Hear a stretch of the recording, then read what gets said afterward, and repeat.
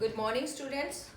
We are doing 10th class economics, last chapter, globalization and Indian economy. We already discussed about what is globalization, factor of globalization. In this video, we will read about the impact of globalization on Indian economy. Indian economy, the impact of globalization on Indian economy. First advantage for the global consumer, जो आप बात करनी है impact जो Indian economy पे होगा वो positive भी होगा और नेगेटिव भी होगा। अगर यहाँ हम लोग इस टाइम बात कर रहे हैं तो सबसे पहले हम बात करेंगे पॉजिटिव इम्पैक्ट की। पॉजिटिव इम्पैक्ट में क्या हुआ, सबसे पहले किसकी बात करनी है, आपको टारगेट करना है कंज्यूमर्स को। कंज्यूमर्स को क्या मिला, बेस्ट बेनिफिट मिलेगा। बेस्ट बेनिफिट कैसे मिला, जैसे ग्रेटर चॉइस की बात की। ग्रेटर चॉइस मीन उसके पास, आपके कंज्यूमर के पास वैरायटी मिल गई किसकी, कोई पर्टिकुलर प्रोडक्ट की जो वो परचेज करने के लिए मार्केट में जाता है। ग्लोबलाइजेशन से पहले जो उसको एक या दो प्रोडक्ट मिलते थे, अब उसको क्या मिल रहा है, वाइडर चॉइस है उसके पास। अगर जो मैं एग्जांपल लेती हूँ शैम्पू का ही, अगर किसी को शैम्पू खरीदना है तो वो केराटिन शैम्पू के लिए भी उसके पास बहुत सारी चॉइस होंगी। वो लॉरियल का खरीद सकता है, जीके का शैम्पू खरीद सकता है, ट्रेसमे का खरीद सकता है। आपको जो चीज चाहिए वो शैम्पू उसको मिल जाएगा, किसको, आपके कंज्यूमर को। अब उसके पास चॉइस है। सेकंड नंबर पे अगर एंटी डैंड्रफ शैम्पू खरीदना है या आप एक वाटर बॉटल ही खरीदने के लिए मार्केट में जाते हो तो आपके पास डिफरेंट ब्रांड के वाटर बॉटल आपको मिलेंगे। वाटर बॉटल मिले तो आपके पास क्या हुआ, एक वाइडर चॉइस आपके पास है। वाइडर चॉइस में आपको क्या करना है, फिर सेकंड नंबर पे उसको क्या मिली, इंप्रूव क्वालिटी मिली है। जब उसने कोई प्रोडक्ट खरीदा कंज्यूमर ने तो उसको क्या मिला, पहले से बेटर क्वालिटी मिली। अगर वो एक ब्रांड को छोड़कर दूसरे ब्रांड के पास जाता है तो उसको क्या, क्यों गया, क्योंकि उसको उसमें क्या चाहिए, चॉइस उसको मिल रही है। चॉइस के साथ उसको बेटर क्वालिटी मिल रही है। अगर आपके आज के जमाने की बात करते हैं, स्मार्टफोन्स की बात करते हैं, तो मार्केट के अंदर इतने सारे स्मार्टफोन हैं, सबकी अपनी अपनी क्वालिटी है। हर बार जो नया स्मार्टफोन आता है वो किसी न किसी और क्वालिटी के साथ लॉन्च करते हैं, तो आपकी इंप्रूव्ड क्वालिटी आपको मिलती है। देन हम बात करते हैं लोअर प्राइसेस। पहले आपकी मार्केट में एक या दो प्रोडक्ट होता था जिसका प्राइस बहुत ज्यादा हाई होता था। अब क्या हुआ, जब आपकी ग्लोबलाइजेशन आया, आपके पास वैरायटी ऑफ प्रोडक्ट्स हैं। वैरायटी ऑफ प्रोडक्ट्स में आपकी क्वालिटी जो है वो भी बेस्ट है, और उन्होंने क्या किया, अपने प्रोडक्ट को सेल करने के लिए प्राइस भी रिड्यूस कर दिया। कंज्यूमर को क्या हुआ, बेनिफिट मिला। देन बात करते हैं हाई स्टैंडर्ड ऑफ लिविंग। ये सब चीजें जब आपके कस्टमर के पास आई, कंज्यूमर के पास आई, एमएनसीज के आने के बाद, अब उसका स्टैंडर्ड ऑफ लिविंग भी हाई हो गया। स्टैंडर्ड ऑफ लिविंग हाई कैसे हुआ, अगर आज से 20 साल पहले की हम बात करते हैं तो आपकी जो इंडिया की सड़कों पर आपको मुश्किल से 2 या 3 कारों के नाम मिलते थे। फिएट हो गया, एम्बेसडर हो गया। इन कारों के बाद फिर आपकी धीरे धीरे क्या हुआ, ग्लोबलाइजेशन आया।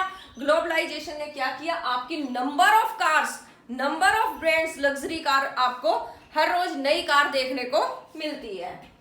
अब ये बेनिफिट किसको मिले, आपके कंज्यूमर को वो बेनिफिट मिलते हैं।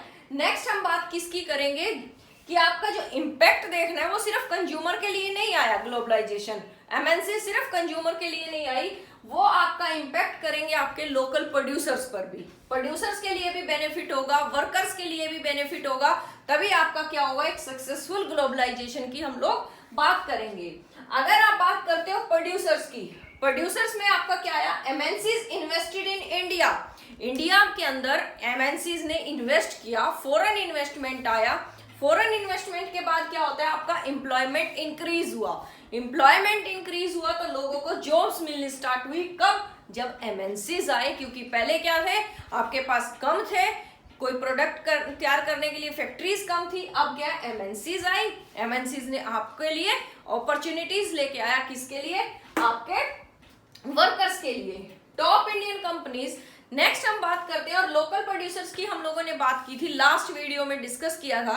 लोकल प्रोड्यूसर होगा, वो एक बड़े ब्रांड के साथ क्या कर रहा है, अपना प्रोडक्ट सेल कर रहा है। अब उससे क्या, इंटरनेशनल आइडेंटिटी मिली किसको, लोकल प्रोड्यूसर को, और वो एक बड़े ब्रांड के साथ, न्यू टेक्नोलॉजी के साथ उसने अपना प्रोडक्ट तैयार करके मार्केट में लेके आया।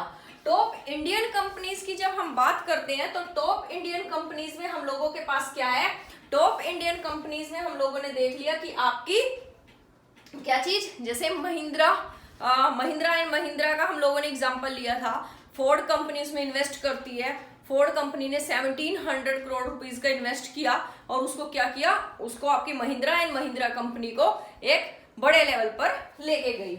इन्वेस्टेड इन न्यू टेक्नोलॉजी, क्या बेनिफिट मिला, महिंद्रा एंड महिंद्रा पहले से एक जानी पहचानी कंपनी थी तो उसको जरूरत क्या थी, उसको बेनिफिट मिलता है न्यू टेक्नोलॉजी। क्या इन्वेस्ट किया उसने, फोर्ड ने न्यू टेक्नोलॉजी को इन्वेस्ट किया।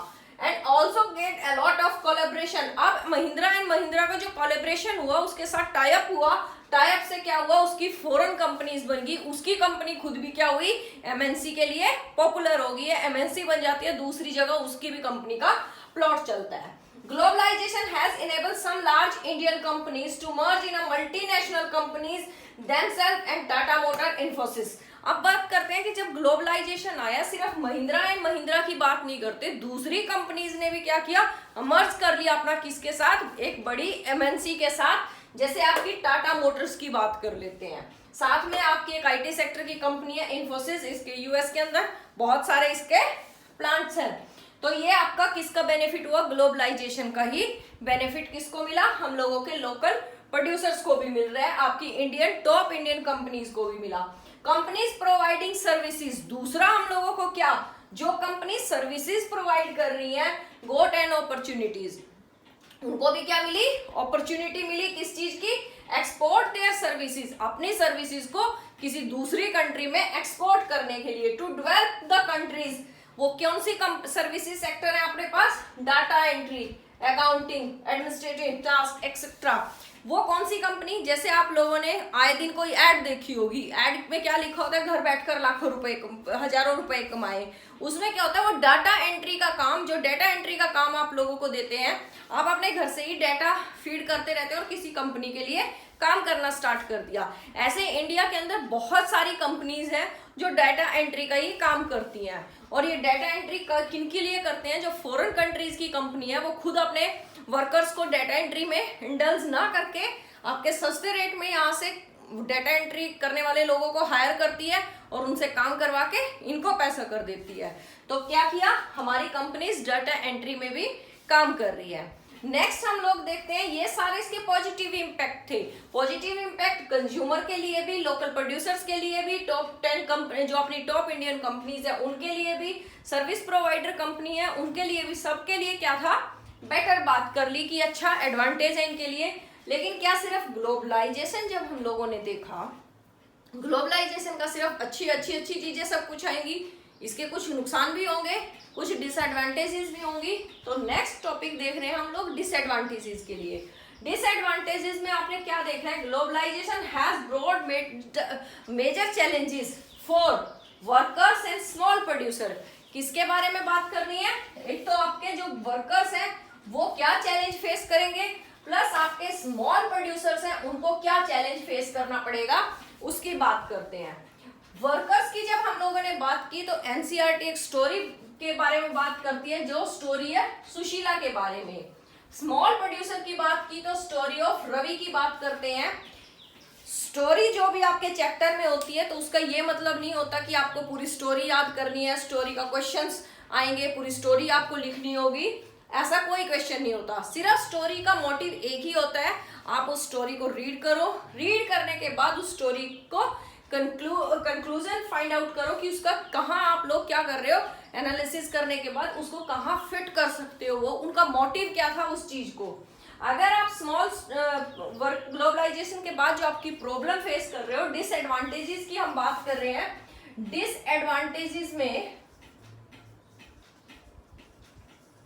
स्मॉल प्रोड्यूसर या सुशीला की स्टोरी। सुशीला जो है, एक थोड़ी सी मैं स्टोरी अपने आप से पढ़ लेना बता रही हूँ। सुशीला जो है गारमेंट कंपनी फैक्ट्री के अंदर काम करती है, गारमेंट फैक्ट्री के अंदर काम कर रही है, उसको क्या मिल रहा है, डेली वेजेस पे वो काम करती है।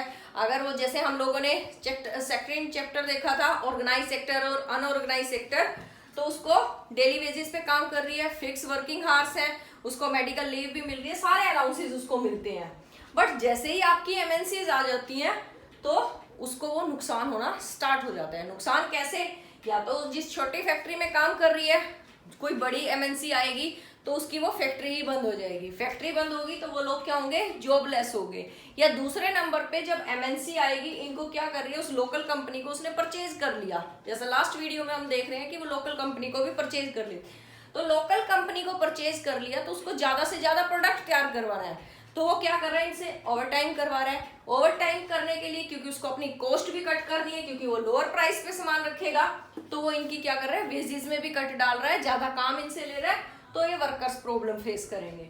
दूसरे नंबर पे स्मॉल प्रोड्यूसर, जो रवि की स्टोरी है, रवि जो बताता है कि स्टोरी कोई ऐसा रॉ मटेरियल तैयार करता है जो टीवी रेडियो वगैरह में आपका यूज होता है, और वो क्या कर रहा था? किसी स्मॉल प्रोड्यूसर्स को दे देता था, वो टीवी मैन्युफैक्चरिंग कंपनी को, वो टीवी में फिट कर देते थे और आपके कंज्यूमर तक सामान पहुंच जाता था।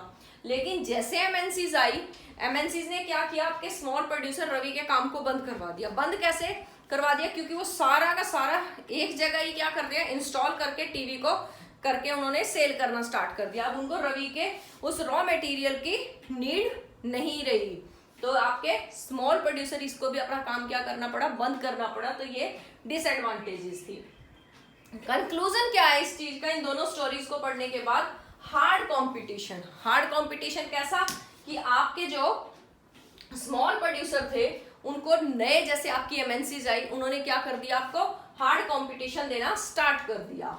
स्मॉल प्रोड्यूसर कांट कम्पीट, अब उनके साथ वो कंपटीशन ही नहीं कर पा रहे। लास्ट वीडियो में हम लोगों ने यही देखा कि कंपटीशन इंक्रीज हुआ तो उन्होंने अपनी क्वालिटी इंप्रूव की, बट वो स्मॉल प्रोड्यूसर था रवि, वो इतनी बड़ी एमएनसीज के साथ क्या कर पाया? अपना कोई कंपटीशन ही नहीं कर पाया, तो उसको अपना मजबूरन काम बंद करना पड़ा। शटिंग डाउन ऑफ इंडस्ट्री, उसको अपना काम बंद करना पड़ा। MNC try to cut their cost, MNC क्या करती है? ज्यादा से ज्यादा अपना काम लेगी और उसको अपनी कॉस्ट को कम रखना होता है, तो वो क्या करती है? आपके चीप सप्लाई के लिए चीप लेबर की डिमांड करती है। चीप लेबर की डिमांड करेगी और उनको क्या देगी? वो लो वेजेस पे काम करवाएगी। लो वेजेस पे काम करवाएगी कैसे? आपके वर्किंग हार्स भी क्या होंगे? उनके लॉन्ग वर्किंग हार्स होंगे। इस वीडियो के अंदर हम लोगों ने क्या ही देखना है? Impact of globalisation. उसमें पॉजिटिव भी होंगे, नेगेटिव भी होंगे, दोनों इम्पैक्ट की बात करनी है। पॉजिटिव में आपके कंज्यूमर के लिए, लोकल प्रोड्यूसर के लिए और आपकी टॉप कंपनीज के लिए बेनिफिट होगा। जब डिसएडवांटेजेस की बात की तो आपके लेबर के लिए क्या लॉस है और आपके स्मॉल प्रोड्यूसर के लिए क्या लॉस है। Thank you. नेक्स्ट वीडियो में हम लोग सेल्स फार्मूला के बारे में देखेंगे और फेयर ग्लोबलाइजेशन के बारे में देखेंगे, फिर आपका चैप्टर कंप्लीट हो जाएगा। Thank you.